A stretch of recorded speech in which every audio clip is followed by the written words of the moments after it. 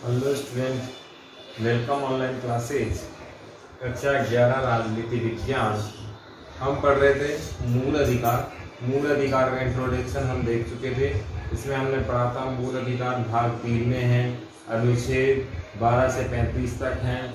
इसमें पहला मूल अधिकार समानता का हम पढ़ चुके थे। ये वाद योग्य है, यानी कि कानूनी अधिकार है, गारंटी संविधान इसकी देता है। 14 से 18 तक समानता का अधिकार है। इसमें सारे अधिकार हम पढ़ चुके थे। आज है स्वतंत्रता का अधिकार और ये 2 नंबर का अधिकार है। कुल अधिकार हमारे पास 7 अधिकार थे। इसमें से एक अधिकार संपत्ति का अधिकार हटा दिया गया, उसकी डिटेल भी हम पढ़ेंगे।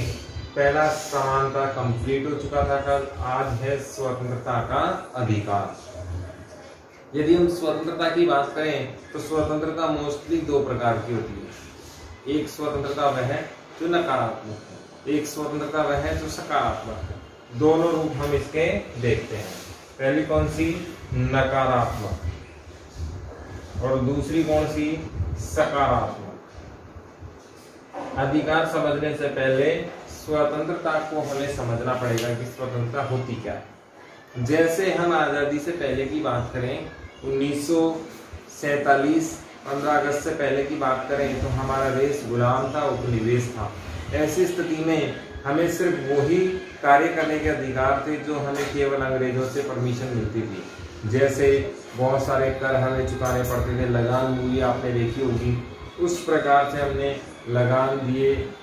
1857 की क्रांति विद्रोह का कारण था, नील की खेती विद्रोह का कारण था, अत्यधिक पशुचारण विद्रोह का कारण था। कुल मिला के कहा जा सकता है कि अंग्रेज अपने लाभ के लिए काम करते थे और भारतीयों का लाभ उन्हें नजर ही नहीं आया, भारतीयों का विकास उन्हें नजर ही नहीं आया। इसे परतंत्रता या उपनिवेशवाद कहते हैं। अब आते हैं हम स्वतंत्रता पर। तो स्वतंत्रता कितने प्रकार की? 2, एक सकारात्मक और दूसरी नकारात्मक। नकारात्मक स्वतंत्रता राजा की होती है, यानी कि मत्स्य न्याय। मत्स्य न्याय का मतलब होता है समुद्र में बड़ी मछली छोटी मछली का सेवन कर लेती है, खा लेती है। इसलिए खा लेती है क्योंकि इसमें शक्ति की प्रबलता होती है, ताकत आकार की प्रबलता होती है। ये शक्ति सिद्धांत आधारित कार्य है। यदि हमारा समाज भी शक्ति आधारित हो, एक एग्जाम्पल देते हैं हम लोग। मनुष्य जंगल में रहा और जानवरों की तरह ही रहा। फिर धीरे धीरे आग का आविष्कार हुआ। आग से फिर वो खेती करने लगा, फिर वो समूह में रहने लगा, फिर उसको सुरक्षा की जरूरत पड़ी और सुरक्षा से उसने क्या चुना? राजा। क्या चुना? राजा चुना। तो ये घटनाक्रम हम सब जानते हैं कि किस प्रकार से मानव का विकास हुआ है। सबसे पहले वो जंगल में जीवन यापन कर रहा था, जानवरों की तरह रहता था और उसी की तरह बस अपना जीवन यापन करता था। फिर धीरे धीरे आग का आविष्कार हुआ। जैसे ही आग का आविष्कार हुआ तो वह आग से भोजन पका के खाने लगा, मांस को पका के खाने लगा। तो उसकी दिलचस्पी और इसमें आगे बढ़ी और वो सभ्यता की तरफ आगे बढ़ा, खेती करने लगा। खेती करने लगा तो उसके जीवन में जो इधर उधर भागने का कार्यकाल था वो समाप्त होकर किस पर आ गया? वो स्थायित्व पर आ गया, क्योंकि खेती तो कहीं जा नहीं सकती। जंगलों को काटकर स्थायी खेती होने लगी तो स्थायित्व भी आने लगा। इसके साथ साथ वो जैसे ही स्थायित्व आया तो समूह बनने लगे, समाज बनने लगा, समाज से गांव बनने लगे, गांव से तालुका बनने लगा, तालुका का मतलब तहसील बनने लगी और फिर जिले राज्य बनने लगे। ऐसे समूह बनने लगे। समूह बनने लगे तो ये हम कबीला जानते हैं उस समय, और कबीले की सुरक्षा की जिम्मेदारी भी आने लगी कि जब हम सामूहिक रूप से रहेंगे तो कुछ तो अराजक तत्व उस समय भी होंगे। तो उनकी सुरक्षा के लिए एक राजा चुना गया, एक बलशाली चुना गया। और उस समय राजा चुनने का एकमात्र साधन था बल, कि जो ज्यादा शक्तिशाली हो और जो हमारी सुरक्षा कर सकता है वही क्या कहलाएगा? राजा कहलाएगा। और इस समय एक परिभाषा है, प्रसिद्ध परिभाषा, कि पहला राजा, प्रथम राजा भाग्यशाली योद्धा था। क्या था?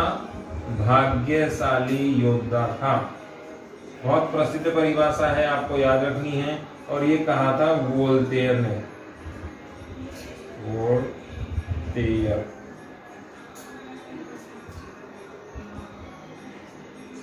इसको वोल्टेयर भी बोलते हैं और वोल्टेयर भी बोलते हैं। इन्होंने कहा कि पहला राजा क्या था, भाग्यशाली योद्धा था। क्यों? क्योंकि उसे केवल और केवल इसलिए चुन लिया गया कि उसके पास क्या था, बल। फिर उसकी पीढ़ियां लगातार राजवंश का भोग करती रही, राजा का कार्य करती रही। तो इसे जो आजादी मिली, इस घटनाक्रम में जो आजादी मिली, जो ताकत मिली, वो कैसी थी, नकारात्मक थी। मत्स्य न्याय की हम बात इसमें कर सकते हैं, नकारात्मक स्वतंत्रता की बात हम कर सकते हैं। इसीलिए हम ये देख चुके हैं यहाँ पर कि राजा की शक्ति कैसी होती है, असीमित होती है। तो इसे हम कौन सा न्याय कहेंगे, नकारात्मक न्याय, नकारात्मक स्वतंत्रता कहेंगे। चाहे वो जंगल का न्याय हो, चाहे वो जानवरों का न्याय हो, चाहे वो राजा का न्याय हो, चाहे वो तानाशाही हो, चाहे वो पाकिस्तान जैसे देश हो, सोमालिया जैसे देश हो, सब में क्या पाई जाती है, नकारात्मक स्वतंत्रता पाई जाती है। जहां बोलने की आजादी नहीं है, कार्य करने की आजादी नहीं है, आतंक जैसे ग्रोह कहीं ना कहीं प्रेशर बनाते हैं, तो ये कौन सा समाज है, नकारात्मक स्वतंत्रता का क्या है, समाज है। अब आते हैं सकारात्मक स्वतंत्रता। सकारात्मक स्वतंत्रता ऐसी व्यवस्था है जिसमें लोकतांत्रिक माध्यम से चुनी हुई सरकार कार्य करती है और अभिव्यक्ति की आजादी के साथ ये सारी आजादी आपको मिलती है, स्वतंत्रताएं मिलती हैं, लेकिन समाज की शर्तों के साथ, समाज की नियम कानूनों के साथ ये आजादी आपको मिलती है। इसीलिए कौन सी स्वतंत्रता कहलाती है, ये सकारात्मक स्वतंत्रता कहलाती है। सकारात्मक स्वतंत्रता के लिए आपको कर्तव्य भी निभाने होंगे, तभी आपको अधिकार ये मिलेंगे, क्योंकि अधिकार और कर्तव्य एक दूसरे के क्या हैं, पूरक हैं। एक के अधिकार दूसरे के क्या बन जाते हैं, कर्तव्य बन जाते हैं। यदि हम अधिकारों की ही मांग करें और कर्तव्य पूरा ना करें तो ये संभव ही नहीं कि हमारा मामला आगे बढ़ सकता है। इसीलिए अधिकार और कर्तव्य एक दूसरे के क्या हैं, पूरक हैं। यदि आपको अधिकार चाहिए तो आपको कर्तव्य निभाने ही पड़ेंगे। स्वतंत्रता के अधिकार की बात, स्वतंत्रता के अधिकार की बात करें तो स्वतंत्रता का अधिकार 19 आर्टिकल में उल्लेख है। हमने 14 से 18 तक समानता का अधिकार देख लिया था। इसमें हमने अस्पृश्यता देखा था, उपाधियों का अंत देखा था, जाति भेदभाव, लिंग के आधार पर भेदभाव न करना देखा था, कानून के समक्ष समानता देखी थी, ये सारी चीजें देख ली थी। अब हम देख रहे हैं स्वतंत्रता का अधिकार। हमने यहाँ देख लिया कि स्वतंत्रता वास्तव में होती क्या है। स्वतंत्रता के अधिकार की बात करें तो इसमें ये सारे अधिकार यहाँ पर आते हैं। इसमें पहला अधिकार है विचार और अभिव्यक्ति का अधिकार। विचार और अभिव्यक्ति का अधिकार। विचार का मतलब होता है अपने दिमाग में आने वाले आइडियाज, कि कौन कौन से आइडियाज हमारे दिमाग में आ रहे हैं और हमारी राय क्या क्या है। अभिव्यक्ति की आजादी भी इसी से जुड़ी हुई है कि हम लोग क्या क्या बोल सकते हैं, क्या क्या विचार रख सकते हैं। जैसे अभी महाराष्ट्र का ताजा घटनाक्रम देखें तो कंगना राणावत जो बोल रही है वो कहीं ना कहीं अभिव्यक्ति की आजादी से संबंधित ही बोल रही है, लेकिन कहीं ना कहीं जो उनके कमेंट्स हैं वो संविधान के अनुसार भाषा उनकी सही नहीं है। भारत के संविधान में प्रत्येक व्यक्ति को बोलने का हक दिया गया है, वह अपनी राय रख सकता है, अपना विचार रख सकता है।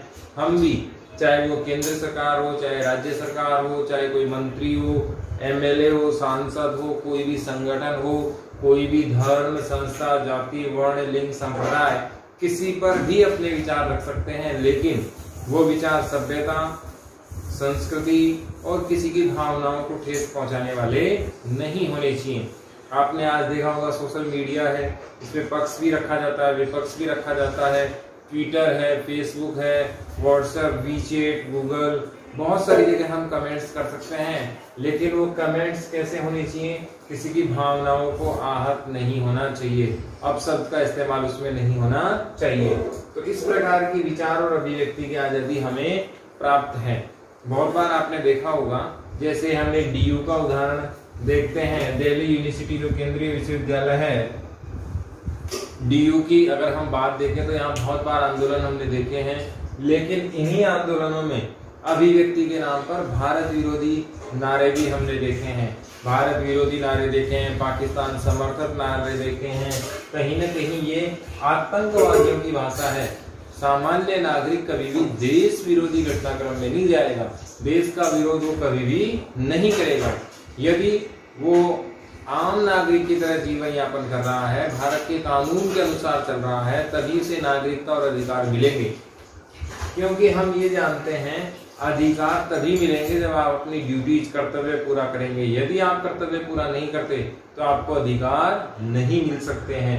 इसीलिए हम डीयू जैसे एग्जाम्पल को जब देखते हैं तो अभिव्यक्ति की आजादी हमें प्राप्त नहीं हो सकती है, क्योंकि देश विरोधी यदि हम समर्थन करेंगे किसी घटना का तो संभव ही नहीं है कि देश हमें अभिव्यक्ति की आजादी देगा। ऐसे में तो फिर हम लोग पॉलिस वाला काम कर रहे हैं। तो पहला हमने देखा विचार और अभिव्यक्ति की आजादी 19 फर्स्ट कैप, ये किससे संबंधित है? प्रत्येक भारतीय को अभिव्यक्ति की आजादी प्रदान है, अपने विचार रखने का अधिकार है। अस्त्र शस्त्र रहित सम्मेलन करना, हमें सम्मेलन करने की आजादी दी गई है। सम्मेलन हम सब समझते हैं, राजनीतिक जो चुनाव का प्रचार की रैलियां होती हैं, मीटिंग्स होती हैं, सभाएं होती हैं, ये सब सम्मेलन में आते हैं। सम्मेलन के लिए हमें कुछ गाइडलाइन प्रदान की गई है। यदि हम शहरी क्षेत्र में करते हैं, ग्रामीण क्षेत्र में तो बेसिकली कहीं प्रॉब्लम आती नहीं है, लेकिन मेले, पंचायत, हाट, ऐसे जो चीजें होती हैं उनके लिए भी पंचायत से परमिशन जरूरी है, क्योंकि ये सब किसके अधीन आती है? पंचायत के अधीन आती है।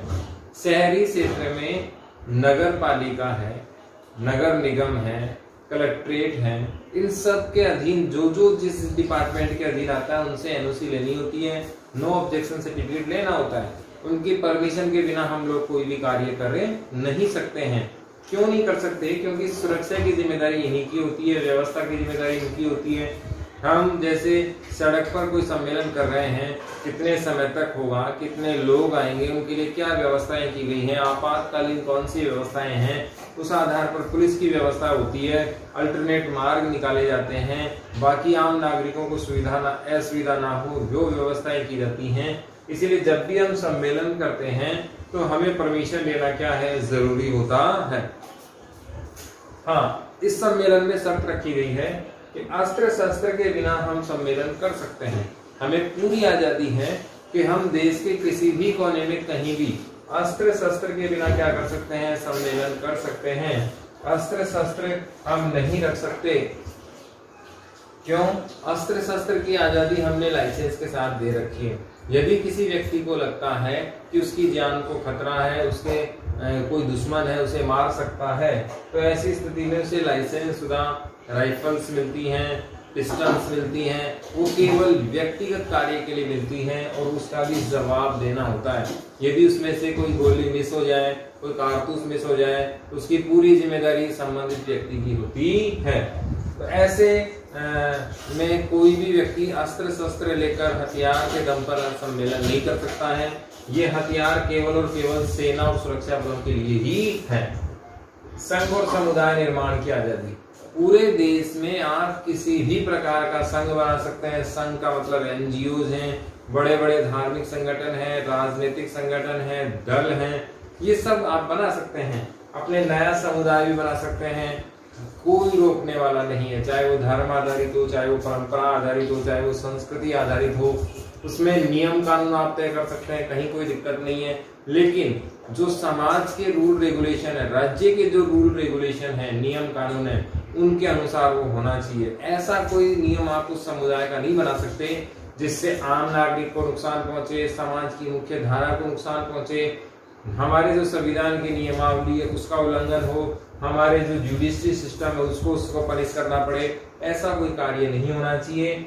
यदि ये सारी बातें फॉलोअप होती हैं तो आप संघ भी बना सकते हैं, समुदाय भी बना सकते हैं, और जिसका वर्णन किसमें है? 19 फर्स्ट ज्ञ में है। ये संघ और समुदाय नियम के अनुसार लीगल तरीके से होने चाहिए। पूरे देश में सर्वत्र आने जाने की आजादी 19 फर्स्ट ज्ञ में है। पूरे देश की सीमाओं में आप कहीं भी आ जा सकते हैं, कहीं कोई प्रॉब्लम इसमें नहीं है। इससे पहले हम देखें तो 370 आर्टिकल और 35A, इन दोनों को 5 अगस्त 2019 को एनडीए की सरकार श्रीमान नरेंद्र मोदी जी के नेतृत्व में इन्हें हटा दिया गया है। ये जम्मू कश्मीर को स्वायत्तता देने के काम में थे। जम्मू कश्मीर को स्पेशल राज्य बनाने के काम में ये आते थे। विशेष राज्य का दर्जा भी इन्हीं के तहत दिया गया। ये तो विशेष राज्य है और ये वहाँ जमीन नहीं खरीदने के संबंध में है। वहाँ के स्थानीय नागरिक वगैरह तो वहाँ जमीन खरीद सकते थे, बाकी बाहर से आने वाले व्यक्ति कोई भी वहाँ जमीन नहीं खरीद सकते थे। यानी कि जम्मू कश्मीर की नागरिकता लेना बहुत ज्यादा कठिन था। वे लोग केवल वहाँ जो निवास करने वाले थे वे ही लोग वहाँ रहते थे।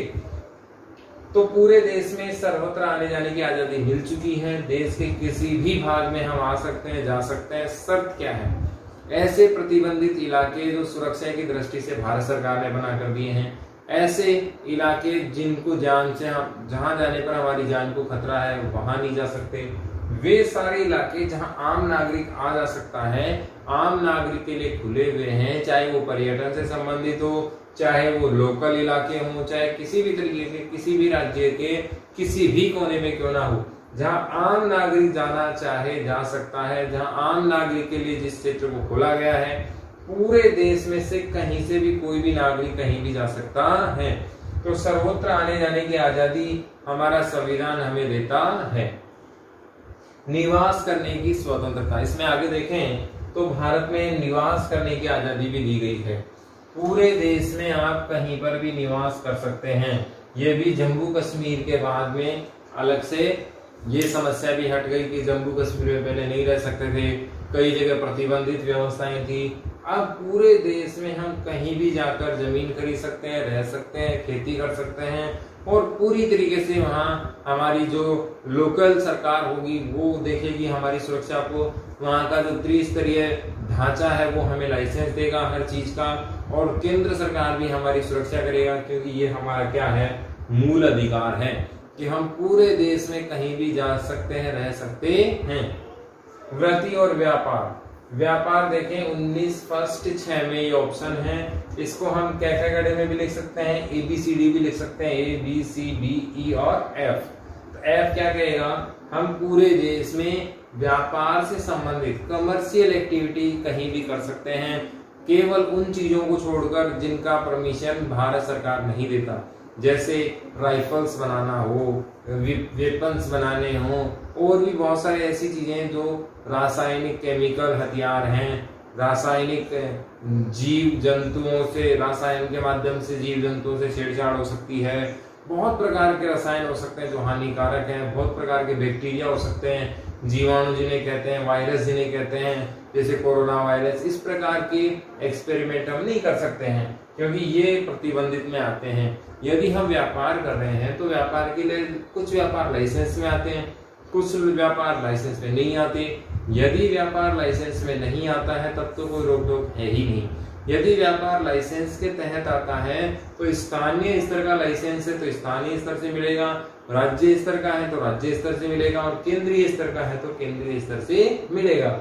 इस लाइसेंस के बाद हम खुलकर व्यापार कर सकते हैं, कहीं कोई प्रॉब्लम आने वाली नहीं है।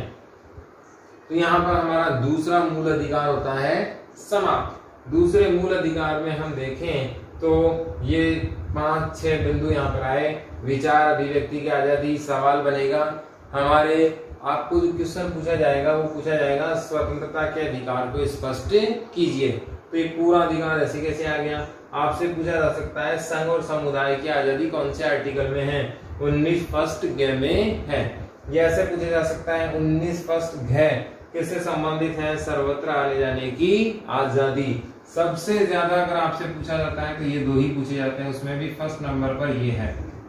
अभिव्यक्ति की आजादी से संबंधित आर्टिकल कौन सा है, 19 फर्स्ट क, ए। इसे क भी कह सकते हैं, ए भी कह सकते हैं। यानी कि विचार अभिव्यक्ति से संबंधित मुद्दा जुड़ा हुआ है, या आजादी का जो मुद्दा है वो कहाँ जुड़ा हुआ है, 19 फर्स्ट क से जुड़ा हुआ है। यहाँ पर हमारा स्वतंत्रता का मौलिक अधिकार होता है समाप्त। हमने ये पहले ही देख लिया था कि मौलिक अधिकारों के उल्लंघन होने पर हमारा संविधान हमें क्या देता है, गारंटी देता है कि ये हर हाल में क्या होंगे, हमें मिलकर ही रहेंगे। लेकिन आपको ध्यान होना चाहिए आपात स्थिति में आपातकाल में विशेष प्रावधान है। आपातकाल में कौन से प्रावधान है? विशेष प्रावधान है। केवल 21 को छोड़कर, केवल 21 को छोड़कर सारे कार्य हम कर सकते हैं, इनको बैन किया जा सकता है राज्य की सुरक्षा के लिए।